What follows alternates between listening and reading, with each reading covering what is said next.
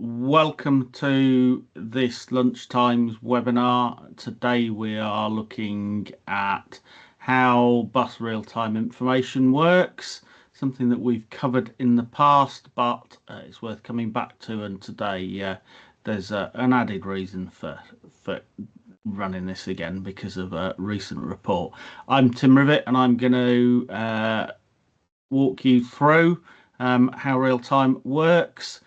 We are recording this and we'll circulate a link to the recording in the next few days once it's processed, along with the slides, and we'll have opportunity to have a bit of a Q&A at the end for any questions and to understand more about what help you might need as we go forward. So we'll have a look at why is real-time information important, and then get into the meat of how we create a prediction. And then, as I said, part of the reason for doing this today is that we have just released a guide on how real-time information works that you might find useful for some of the people you need to work with, and we'll wrap up with questions. So why is real-time information important? For a lot of people, it's replaced printed timetable information as the key source of information that people use for journeys, and that's because pretty much everybody now has some form of mobile phone. So even at the minimum, you can get a text message through one of the text services, or through a web page if you can't cope with apps on your phone. And more displays are being installed on street, and so people are becoming used to those and the information that they provide, so they're using timetables less, because after all, people really want to know, certainly when they're stood at a stop, how many minutes away is my bus, when's it actually going to arrive, rather than what was the timetable time that my bus is supposed to be running to. And this is something that has recently been confirmed by Transport Focus's longitudinal survey on passenger satisfaction. As well as that satisfaction, Transport Focus for a few years have been looking at where passengers' priorities are for improvements.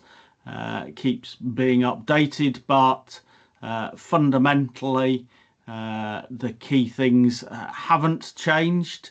Some of these are things that we can improve through the use of real-time information and predictions.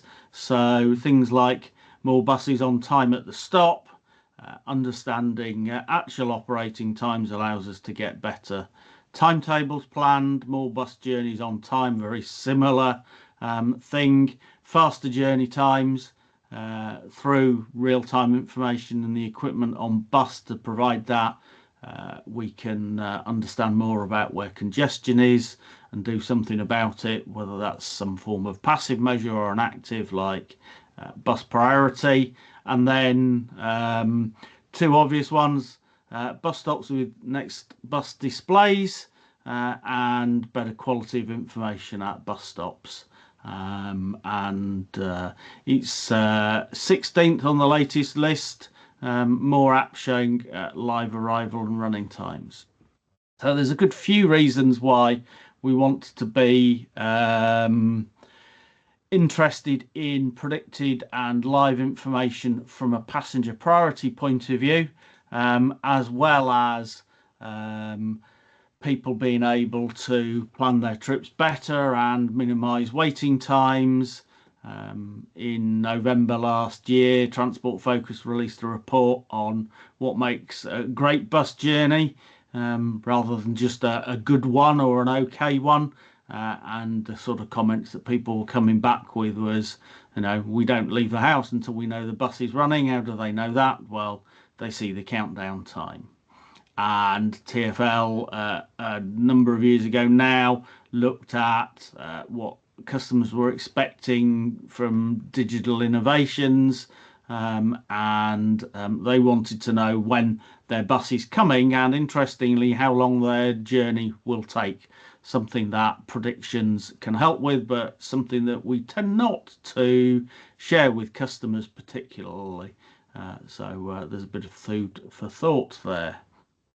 So what do we do? How do we create a prediction? Well, we can't have a crystal ball at every bus stop, and depending on how you think about these things, they may or may not be accurate. If we take it really simply and build up from the simple theoretical case, we'll get to something more realistic in a bit. But if we start with the timetable, this is for a bus route with only one vehicle operating on it and only one journey. And in an ideal world, that timetable actually reflects exactly how it's going to operate. And so if we have 3 bus stops and it takes 10 minutes to get between each, then we can show the clock face time to a passenger, and they know when the bus is going to be there and it's going to be accurate. However, the world is not quite that simple. So when we turn it into countdown, because people like to know how far away it is, if the timetable's perfect, there's no congestion, then that's going to be perfectly accurate, and you can turn the timetable time into a countdown to provide people with that. How many minutes is the bus away? However, as I'm sure you will know from even the slightest glance at public transport and the comments from passengers, or if you tried to operate bus services yourselves, that is not always possible to get your timetable exactly right under all conditions. So, for example, if you have got a bit of congestion along the route, for the first few stops in this example, it's fine. The bus is going along as it should be and keeping to time, and so a simple countdown time to the timetable time is going to be fine. However, in this example, between the second and third stops, there's a couple of delivery vans that are pulled up into the road and stopped, and that's causing quite a bit of congestion, and it's actually going to take the bus 3 minutes to get through that congestion. Now, if you told somebody and knew that in advance, you could adjust the timetable. If the congestion, if there was always a delivery van there at the time the bus was going to go past and it always caused 3 minutes of congestion, you would adjust the timetable, and all would be well, because the revised timetable would reflect reality. However, congestion is unpredictable, but if we didn't know any different and were just running the bus, it would arrive at the first couple of bus stops quite happily, and you could have the countdown time running fine. The first at the first bus stop, it was 10 minutes away from the end stop. The middle stop, it's 5 minutes away. It's running to time. And then suddenly, just round the corner, you hit some congestion. These delivery vans are causing a problem. And if you've got a display at the stop that you stood at, it's going to count down to 0 and stick at that, or start to count up, whatever you're going to do. and customers are going to be stood there going, well, it should have arrived. What's happening? But because the system doesn't know any better and it's just using a timetable to count down, it's actually going to be wrong, and it's going to arrive 3 minutes after the display said it should have done.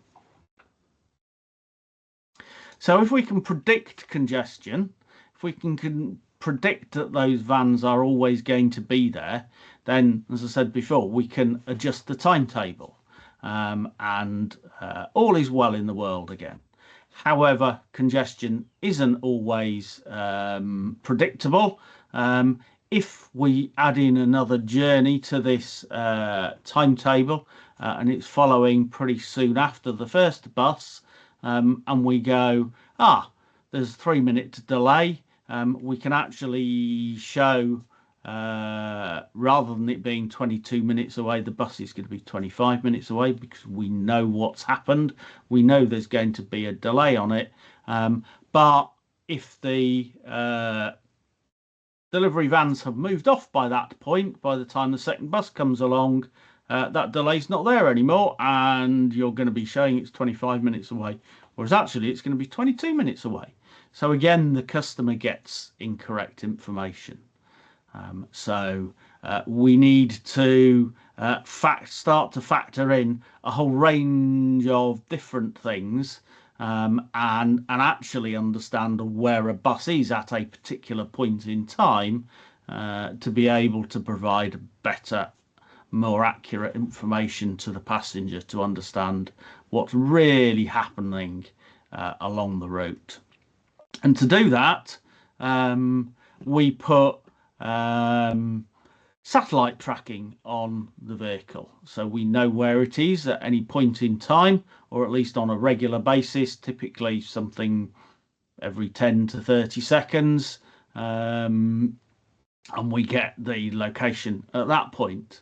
And that starts to help us understand how the speed that the vehicle is going on, how well it's progressing from one stop to another, and you can start to then go, well, if the bus, we were expecting it to go at 30 miles an hour and it's only going at 20, then you can start to actually do real-time calculations on when the bus is going to arrive at the bus stop.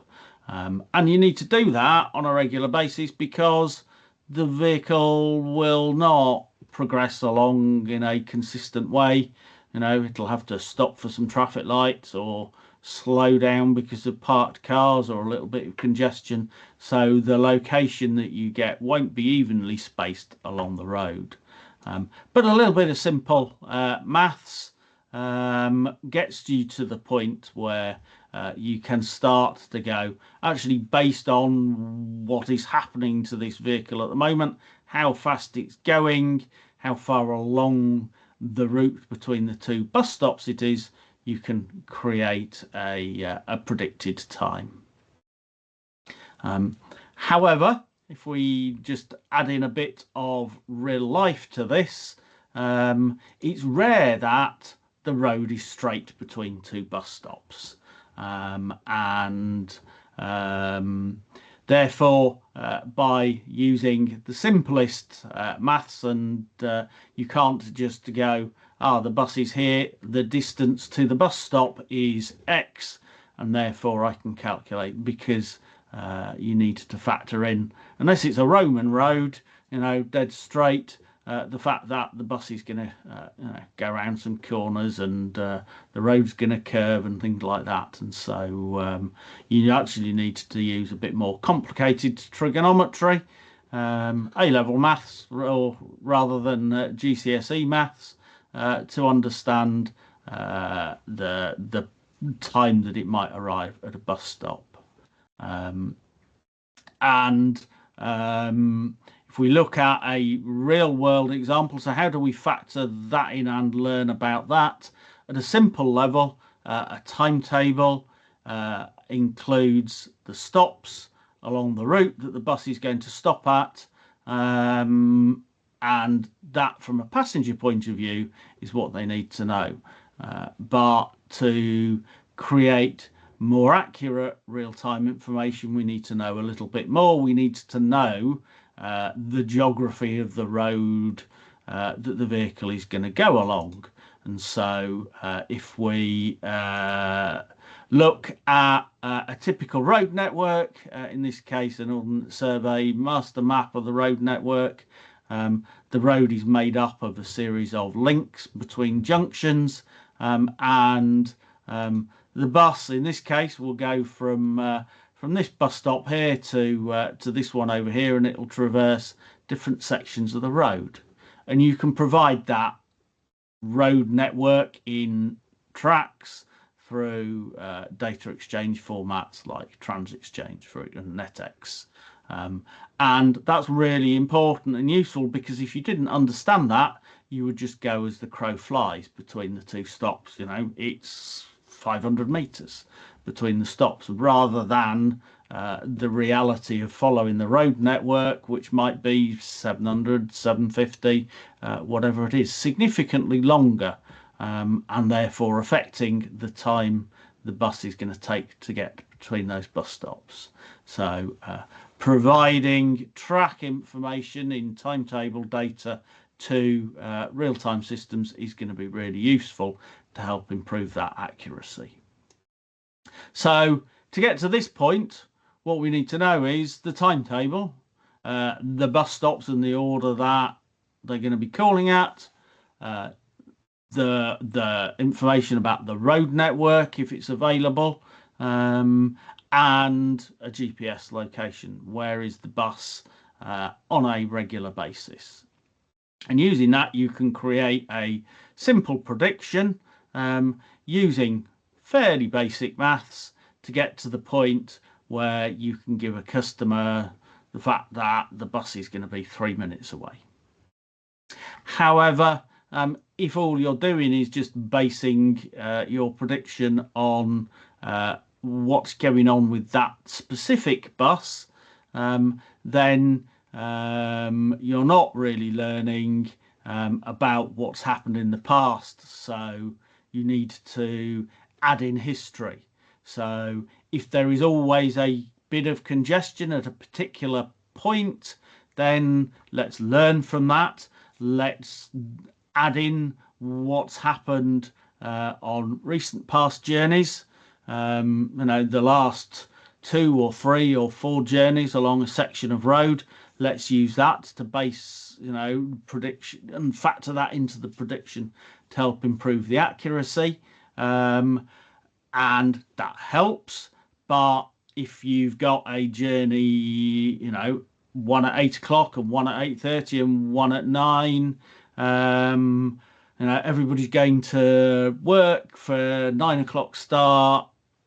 That 8:30, that 9 o'clock journey is much more likely to be hitting congestion, getting delayed, than perhaps the 8 o'clock. And so actually also understanding what happened yesterday and last week, and smoothing that data out to reflect, you know, this is what happens on average over this stretch of road at 8:45, and therefore you're going to factor in that to your journey times and things like that.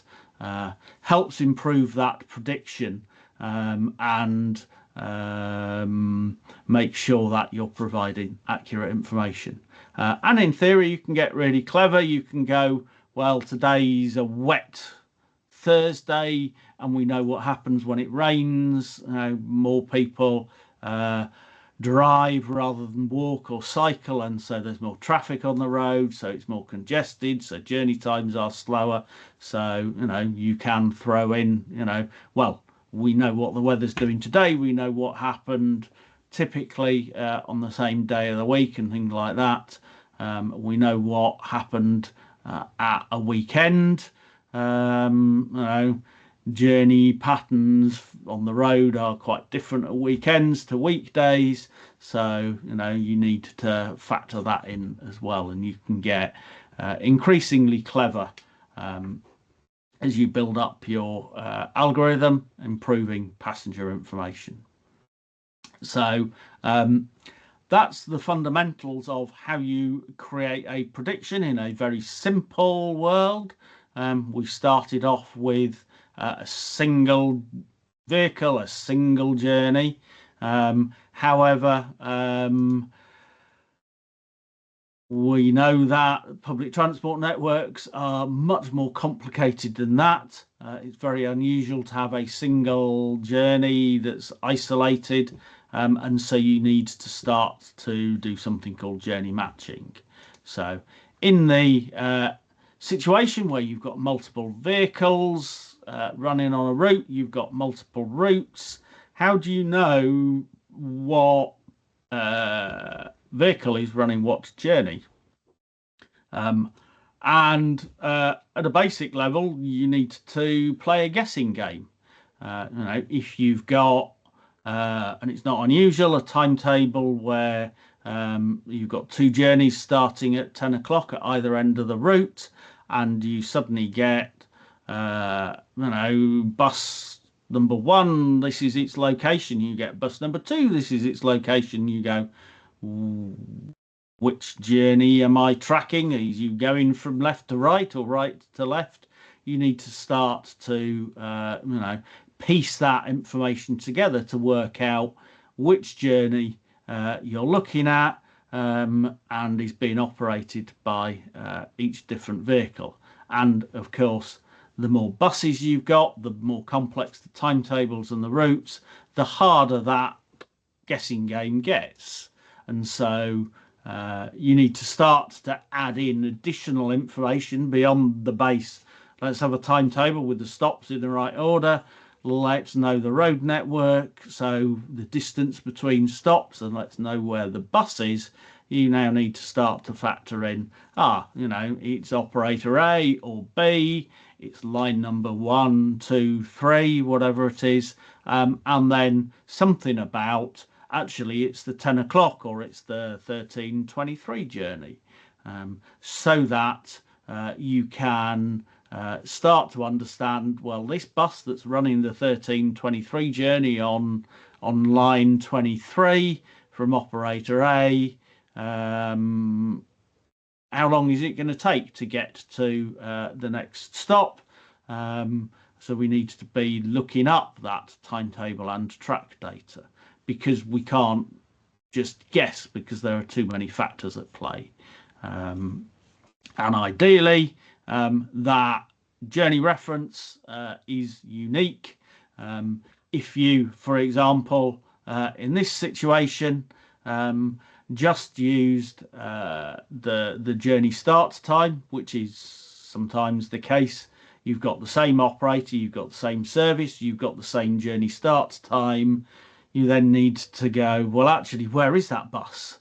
If it's at the left, then it's that top journey. If it's towards the right, it's that bottom journey, and hopefully it's not a circular and they're both starting off at the same place and going around the loop separate ways. You have to start to piece that together really quite carefully, and sometimes just knowing the operator service and journey start time isn't enough. And you need to know something unique, and you need the operator to be going, this is a unique journey number.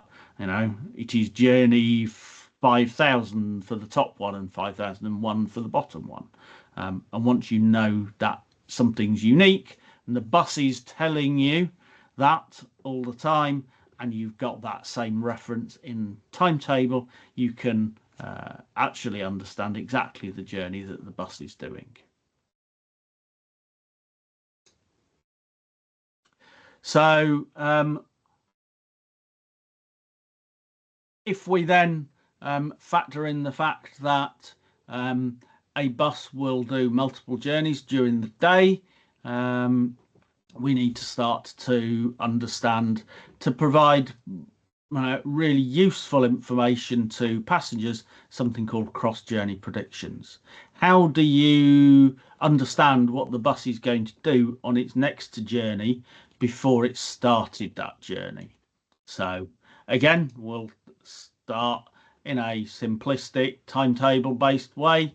So we have a journey that gets into a town centre at 10:30, for example, and it's going to depart from the same place at 10:40. Nice and simple. There's a bit of time in there to, do a driver change to get rid of all the passengers and get new ones on board, whatever you're going to do in that period. And in a perfect world, the bus would arrive at 10:30 and it would depart at 10:40, having done everything. But if there's a load of congestion before the vehicle gets to the town, and for example, we say that there's 12 minutes congestion, so rather than arriving into town at 10:30, it's going to arrive in at 10:42. The first thing to note is it's arriving after it's supposed to have started its next journey. And so if we don't know the same vehicle that's arriving late is also running the 10:40 journey, we can't tell the people that are waiting 2 or 3 stops down the road what's going to happen, and the fact that they're going to have to wait a bit more. So once we know what happens with a bus from one journey to the next, and we can tie those two together, we can then actually cascade that delay through from one journey to the next. And so we know even before the bus has arrived at its destination that it's not going to be able to leave on time, and tell customers that through an accurate prediction. And as long as you have some reference in the data to say this is what happens to the bus, this bus is running this running board or this block, however the operator is describing it, and that data is consistent in the data between multiple journeys, you can piece that together. And so it doesn't actually have to be the same line number. It could be totally different lines. It's not unusual for a bus, rather than just shuttling backwards and forwards, it'll do one line and then it'll go on and do another journey on another line, and that during its day. So it doesn't need to be consistent line numbers if you've got that running board information in the right way. So through cross-journey predictions, you can say to customers, I know what's happening to your bus before it started on that particular journey. And to do that, you need to know some operational data. You need to know stuff that's not in the public timetable. And sometimes that information is not worked out until much closer to the day of operation than a timetable.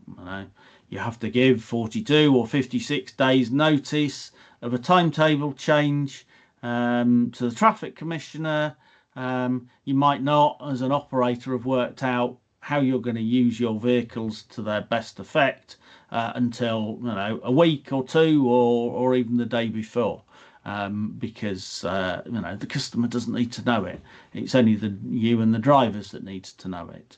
And so this data follows up. So the operator needs to be keeping the timetable data with operational data up to date as they change it. Big groups with lots of vehicles will change their operational data on a regular basis as they're optimizing how they're using vehicles and drivers and that sort of thing. And in a similar way to the example that we've got here, if this bottom journey was the first journey of the day, you can't start predicting and knowing what to tell customers about when the bus is going to arrive until the journey started, unless you know the information about the bus when it leaves the depot and before it gets to its first stop, something called dead runs. So you can further enhance this for that first journey of the day, or where you've got a positioning bit of route and things like that between one journey and another. So by understanding dead runs, you can provide information at a time when you wouldn't otherwise be able to. So that's how we create a prediction at a simple level. That's how we understand what's going on in advance of a journey starting. And hopefully you found that useful. It's something that we keep on covering because it's not trivial. It's something that we get questioned about a lot on a regular basis.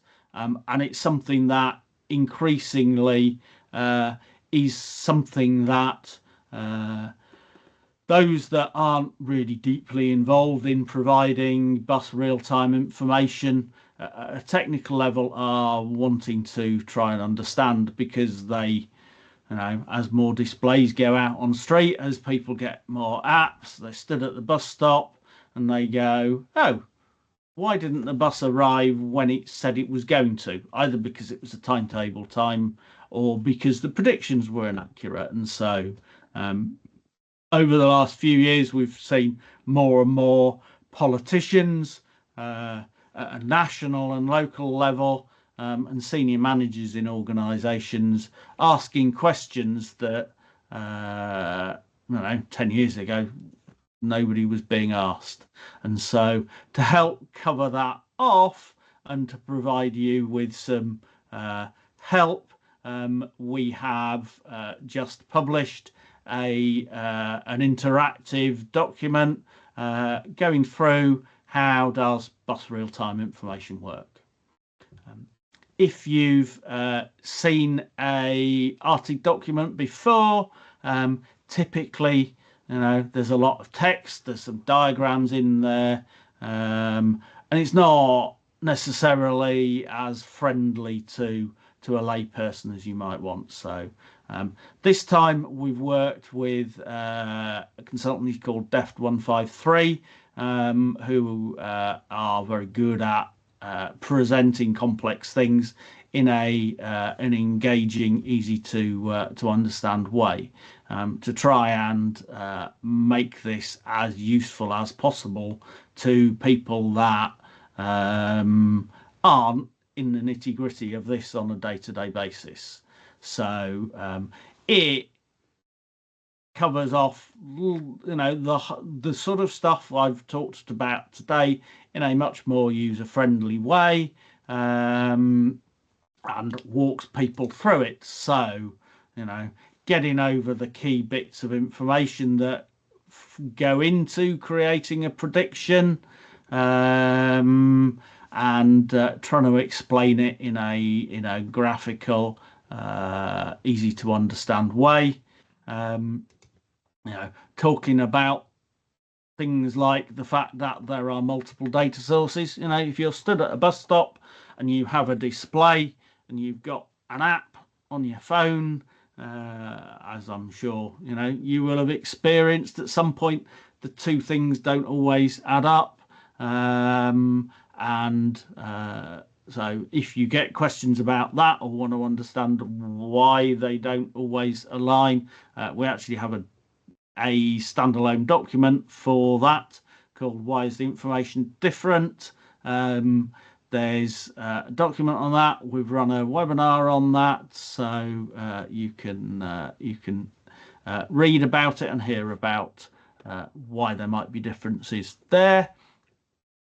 And goes through the things we've talked about today. How do you create a prediction? You need timetable data, you need to locate the bus, you need to mash that together, and you create a prediction. So it goes through all of those sort of things, including some of the challenges like cross-journey predictions. The next question then goes, once somebody understands this, if you're senior manager, you're new into public transport, or you're a politician, is, well, actually, what can I do to help improve this? How might I be able to assist?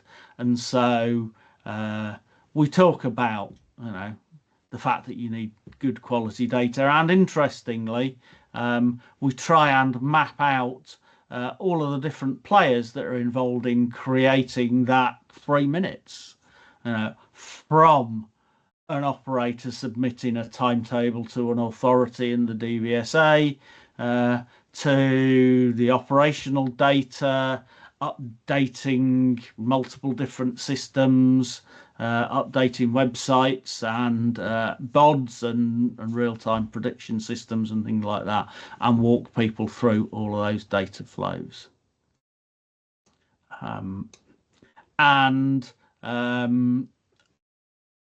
We then get into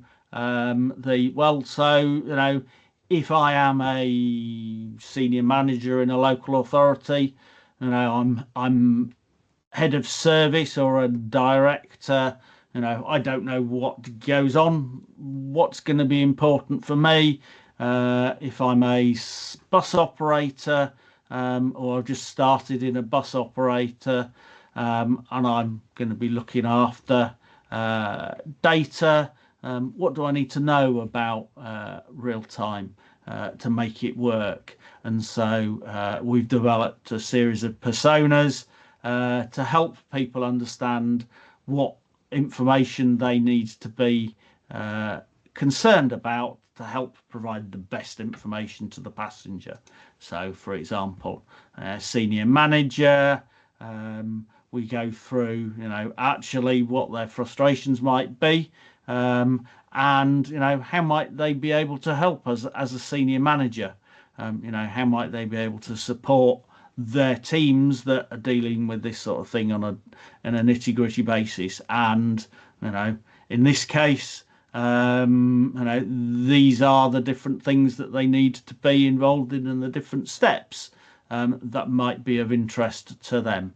And we walk people through in a simple way, rather than giving them really complex diagram. We break it up into steps, which is why we've done the interactive PDF document. And you can get that through the RTIG website. There's an article on it on the front page at the moment, but it's in the set of documents that's available that you can find through the web page. So that's taken us a quick run through of how you create a prediction, introduced you to the guide very quickly, and at this point I want to open up for any questions. What else would help you? What more? Is there a different way that you want, you'd like us to do this? Would drop-ins be useful for operators or authorities to answer questions about creating predictions and data? What would be useful for you, as well as any immediate questions that you've got?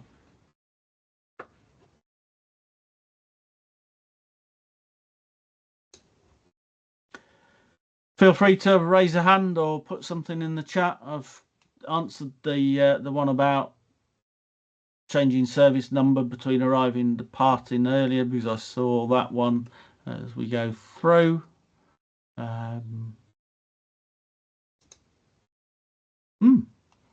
Okay, it sounds like I might have answered everybody's questions and you don't need any more help. Excellent. However, I don't believe that. Ian. Afternoon, Tim. Just a quick one. Going back, because we've had multiple editions of variations of real time. What's the SP now with the ghost bus that used to be a problem in the real time world? there's a whole, we've got a document on ghost buses, we've got a webinar on ghost buses. If you go onto the website, you can find out about that and how to start to try and tackle it. But fundamentally, it's still a real problem, and as people pay more attention to the quality and accuracy of real time, the more that people see. So there's a couple of reasons for it: either bad timetable data, so it doesn't actually reflect what's happening on the ground, and an operator's made little tweaks to the timetable, or to running boards and things like that, and that's not reflected in the real-time system, or it's to do with the fact that they've cancelled a journey or part cancelled a journey, and that's not been reflected in the real-time system. They've not told the system that journey's cancelled, and so therefore it's still going to try and appear on screen, either as a timetable time, nothing's going to show up, or if it's part cancelled, it'll appear as a prediction and then just never show up. And people have got used to the fact that it's more likely to show up if you've got a predicted time. So ghost buses are still a significant issue. They are becoming more understood by more people, and so there are more and more efforts to try and tackle it. But you do need to keep a close eye on it, and it's the sort of thing that if you don't keep on top of, they creep back in, and bad behaviours build up again. Okay, thanks. What are the top 5 data mistakes that produce really bad predictions? Not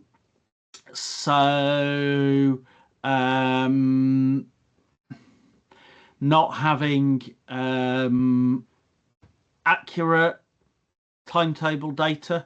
So if your timetable is wildly impossible to achieve, you've got, I don't know, 5 minutes between timing points, say, and it always takes 20 minutes. A prediction engine's going to do its best to try and help, but it's fundamentally trying to, make the bus travel far faster than it can be. So really inaccurate timetables, drivers not entering information into their ticket machines correctly. So when a driver logs on, that information typically ends up with the real-time system as part of the journey identifier, and if they're not entering in the right journey details, then that's going to trigger really bad things. Bus stops not being in the right place in databases. So if you've got bad location data in the NAPTAN database, which is the national stop database, that will cause problems. What else are really bad sort of things? Missing stops out of timetables, and not cancelling journeys when they're going to be cancelled, because the system's still going to try and match something or show a journey that's never going to appear for an operator. Is that 5? I think it is.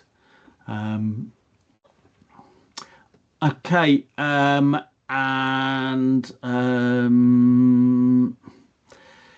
other speaker videos for meeting the passenger information needing of June.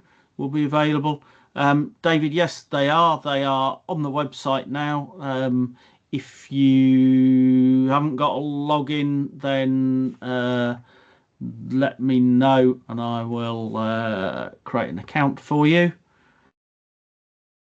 Thanks, Tim. I do have a login. You have created one for me previously. Are they're on the website, not necessarily available from the YouTube channel, or are they on both?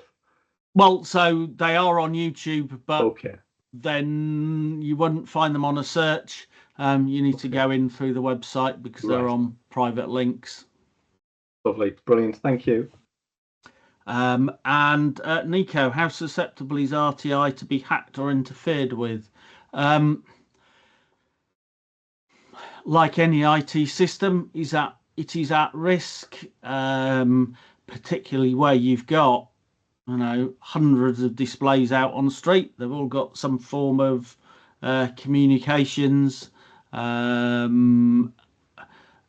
The suppliers of these systems are reasonably on top of IT security.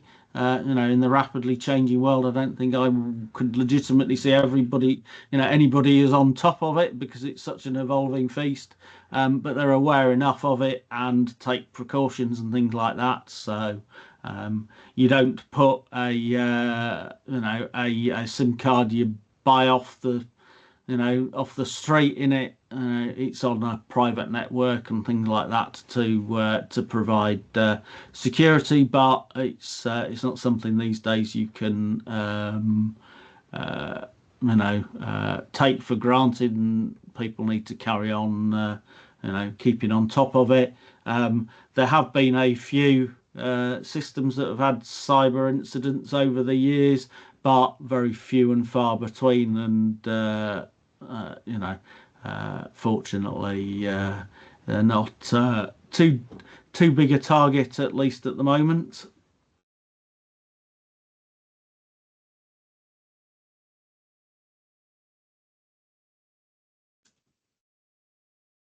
Okay, are there any other questions?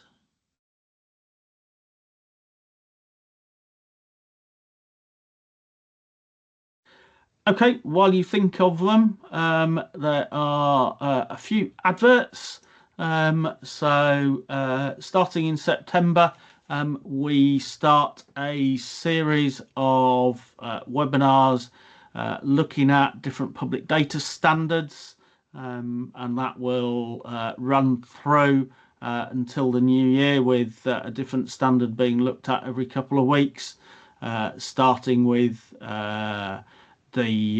something called Trans Model, which is a framework for standards covering things like NAPTAN, the bus stop database, Trans Exchange, which is what we use in the UK for timetable and route data, Siri, which is used for what's going on here and now, live data, GTFS, bus priority, all of the sort of different standards that you'll come across to do with public transport data. So there's a whole series there. So hopefully that will keep you interested in the as we head towards winter. On the 2nd of October in Birmingham, if you have an interest in bus priority, how it's provided, what the future might hold for it, then we've got a face-to-face event.